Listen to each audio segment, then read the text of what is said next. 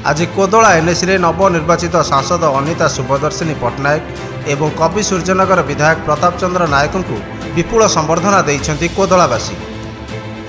कोदोला मुख्य छक निकट में अध्यक्ष सूर्यनारायण नायक एवं उपाध्यक्ष रंजिता सेठी को शताधिक कोदोलावासी उपस्थित रही सांसद एवं विधायक को स्वागत करने पर एक पदयात्रा कर स्थानीय कल्याण मंडप निकट में अनुष्ठित काउंसिल बैठक में जोग देइथिले। कोदोला अध्यक्ष सूर्यनारायण नायक सभापतित्व अनुष्ठित कोदोला एनएसी काउंसिल बैठक सांसद एवं विधायक उपस्थित रही कोदोला सहर किपरि विकास करा जाय परिबो एवं विभिन्न समस्या उपरे आलोचना मध्य करथिले। उपाध्यक्ष रंजिता सेठी कोदोलार विभिन्न साहि रे ड्रेनेज समस्या, स्थायी परिबा बजार निर्माण, केतक साहि रे रास्तार उन्नति, बसस्टाण्ड थिबा समस्या समाधान सांगकू बसस्टाण्ड उपर थिबा त्राही आश्रय स्थल को कार्यकारी करिबा, नूतन पार्क स्थापन करिबा उपरे गुरुत्वारोप करथिले।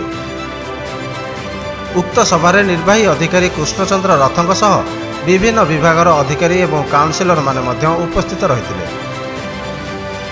आमर काउंसिल बैठक नियमित धारारे हो नाही, सेहिथि पई आम भितरे बुझामणार एतिकी अभाव। मोर आपण मानकु अध्यक्ष माध्यम रे गोटे अनुरोध रहिबो, एक्जिक्यूटिव ऑफिसर माध्यम रे अनुरोध रहिबो, अंततः प्रत्येक मासरे गोटे थर बसबार व्यवस्था करନ୍ତୁ। एनएसी 5 वर्षी 10 वर्षी योजना पई नुह, आमे 5 वर्ष रे कोन करबा 10 वर्ष रे कोन करबा ना, हमर ए ड्रेनटा खोला पड़िछि, 2 मास भितरे से ड्रेन रे कवर पड़िबो। आज बैठक रे आमे निष्पत्ति नेले 2 मास रे पड़िबो, आगामी बैठक रे तार कुहाबो पड़िबो बोली कथा दिया आइतले काई की पड़िबो। जीए कंसर्न ऑफिसर ताको पछारिबे, से जो वार्ड काउंसिलर जे सेटा तार दायित्व।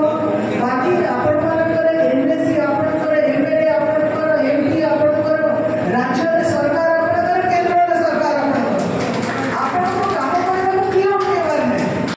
गंजामरू संतोष कुमार सेठी रिपोर्ट, उत्कल क्रांति।